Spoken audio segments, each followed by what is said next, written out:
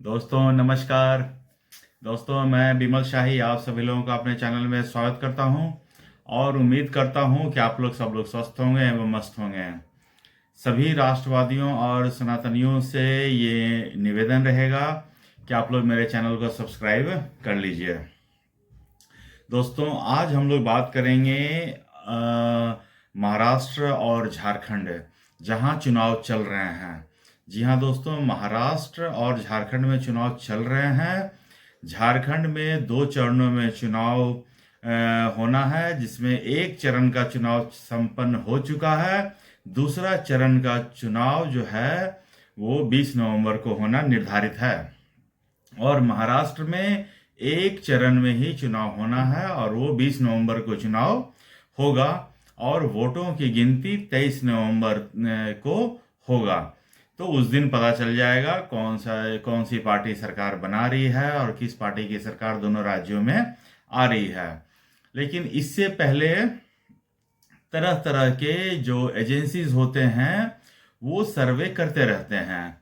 तो आज हम एक एजेंसी का सर्वे देख रहे थे, तो मन में जिज्ञासा है कि चलो ये शेयर इस एजेंसी के सर्वे को सब लोगों के साथ शेयर कर दिया जाता है। लेकिन मैं इन एजेंसियों का सर्वे का जो रिजल्ट है वो शेयर करने से पहले एक नोट लिख देना चाहता हूँ कि सर्वे पर भरोसा जून 2024 के चुनाव के बाद से लोगों को कम होने लगा है। पहले तो लोकसभा चुनाव में जितने भी सर्वे थे सब के सब एक लाइन से सारे सर्वे फेल हो गए। किसी भी सर्वे का रिजल्ट जो है वो मैच नहीं किया, बट एक ट्रेंड बताया था, सर्वे ने एक ट्रेंड बताया था। और उसके बाद अभी पिछले महीने हुआ था हरियाणा में चुनाव, तो सारे सर्वे ने कांग्रेस को एक तरफा जिताया था। मतलब कि कुछ कुछ सर्वे के जो जो जो कंडक्ट करने वाले होते हैं वो चैनल पर आते थे, तो मतलब उनको इतना कॉन्फिडेंस होता था कि कांग्रेस को 60 से 65 सीटें आएंगी, इसमें कुछ अब इफ एंड बट नहीं होने जाने वाला है। और वो तो ये भी कहते थे कि हमने एक राउंड सर्वे किया तो हमारा कुछ रिजल्ट आया। उसके बाद वो लोग वेरीफाई करते थे, तो वेरिफिकेशन में भी उन लोगों को ये लगा कि हाँ मतलब उनका सर्वे सही है, जो जो नंबर्स उन्होंने बताए हैं वो सही है।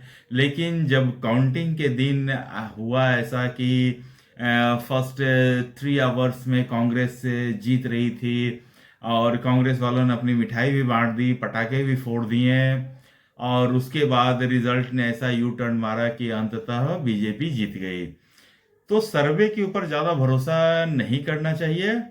लेकिन एजेंसी वाले हैं वो अपने साइंटिफिक तरीके से सर्वे करते हैं और करते भी रहने चाहिए, क्योंकि यही जो गलती है उनके सर्वे को एक्यूरेट बनाएंगी। ठीक है ना, जितना गलत होगा तो उनके जो मॉडल्स हैं वो मॉडल्स गलती से ही सीखेंगे। ठीक है ना, तो सर्वे करते रहना चाहिए। सर्वे पे भरोसा करना है या ना करना है ये जनता की मतलब सोच है, और राजनेताओं को, पॉलिटिशियन को इनके ऊपर कॉल लेना है कि वो भरोसा करें या ना करें, उनकी मर्जी।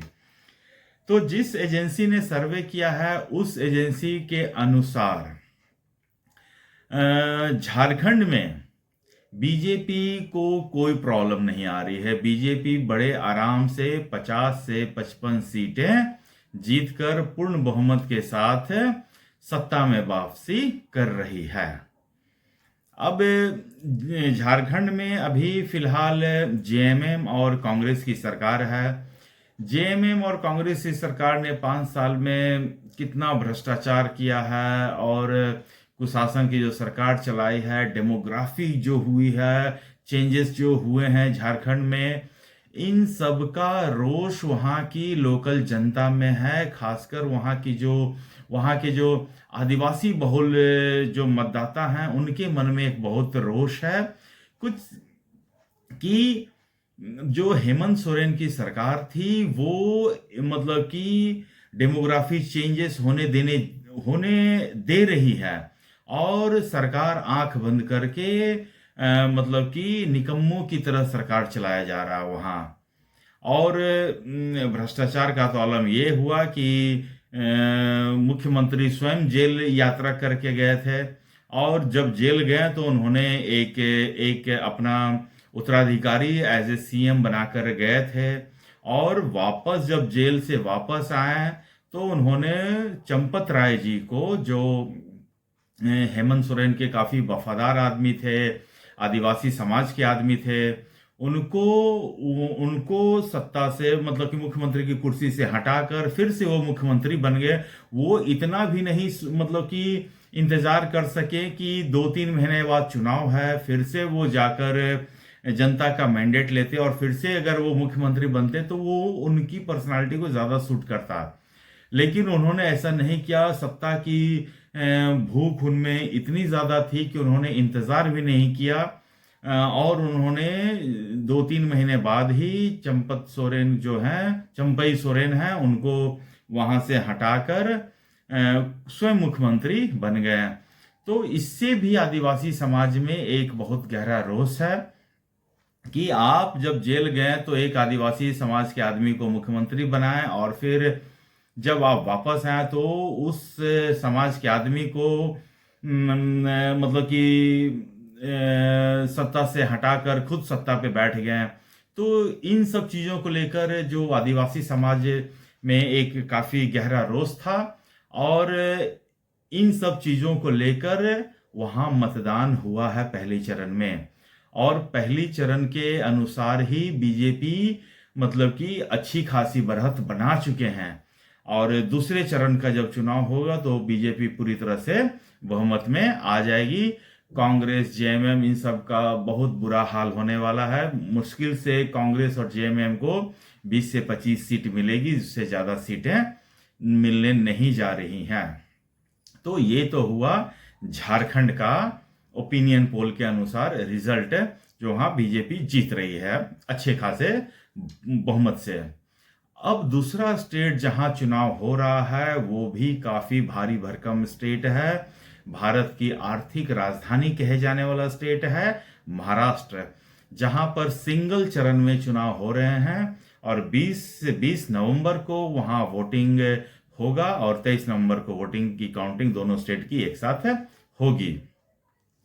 तो जिस एजेंसी ने झारखंड का ओपिनियन पोल किया है, उसी एजेंसी ने महाराष्ट्र का भी ओपिनियन पोल किया है, और उस ओपिनियन पोल के अनुसार BJP lead Mahayuti NDA alliance को 150 से 165 सीटें मिलने जा रही है। हालांकि मुझे इस ओपिनियन पोल पे अभी भी डाउट है। मुझे लग रहा है बीजेपी और एनडीए अलायंस महायुति की जो सरकार है वो 200 टच कर जाएगी, ठीक है।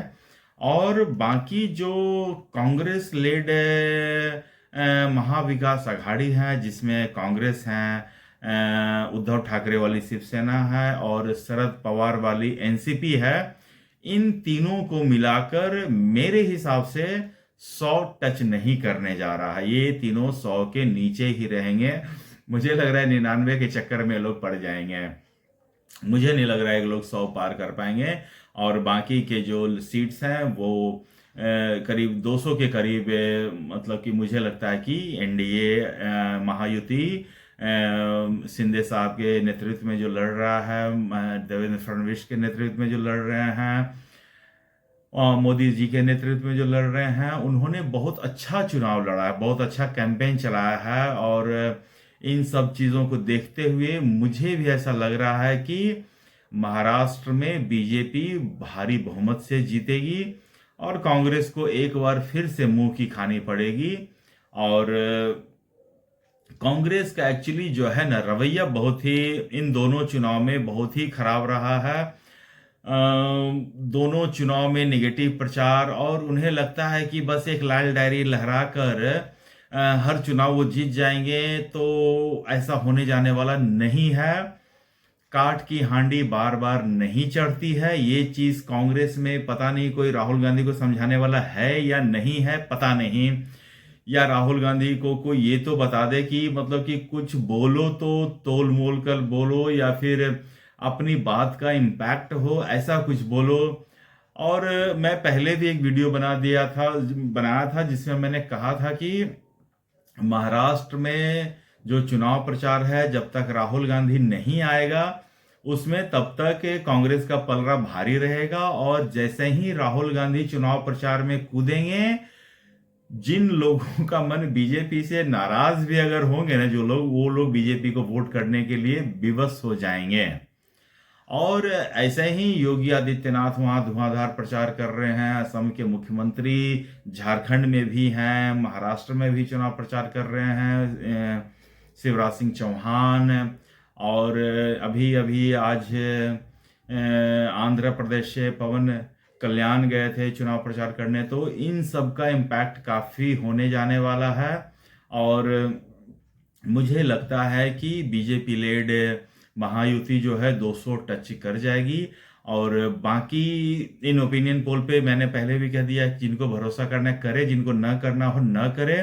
बाकी 23 नवंबर को रिजल्ट आ जाएगा, तो उस दिन तो भरोसा करना ही पड़ेगा ना। उस दिन भरोसा कर लेना भाई, जिसको करना है, या जिसको नहीं करना उस दिन तक वेट कर लो। किसी एजेंसी पे आपको पूरा अधिकार है कि आप भरोसा न करें, और अपने अपने जो भी हैं अपने अपने प्रत्याशियों को जिताने के लिए भरपूर प्रयास करें। तो दोस्तों, आज के लिए मुझे इतना ही कहना था। आप लोग अपना ख्याल रखिए, स्वस्थ रहिए, मस्त रहिए। तब तक के लिए नमस्ते, बाय।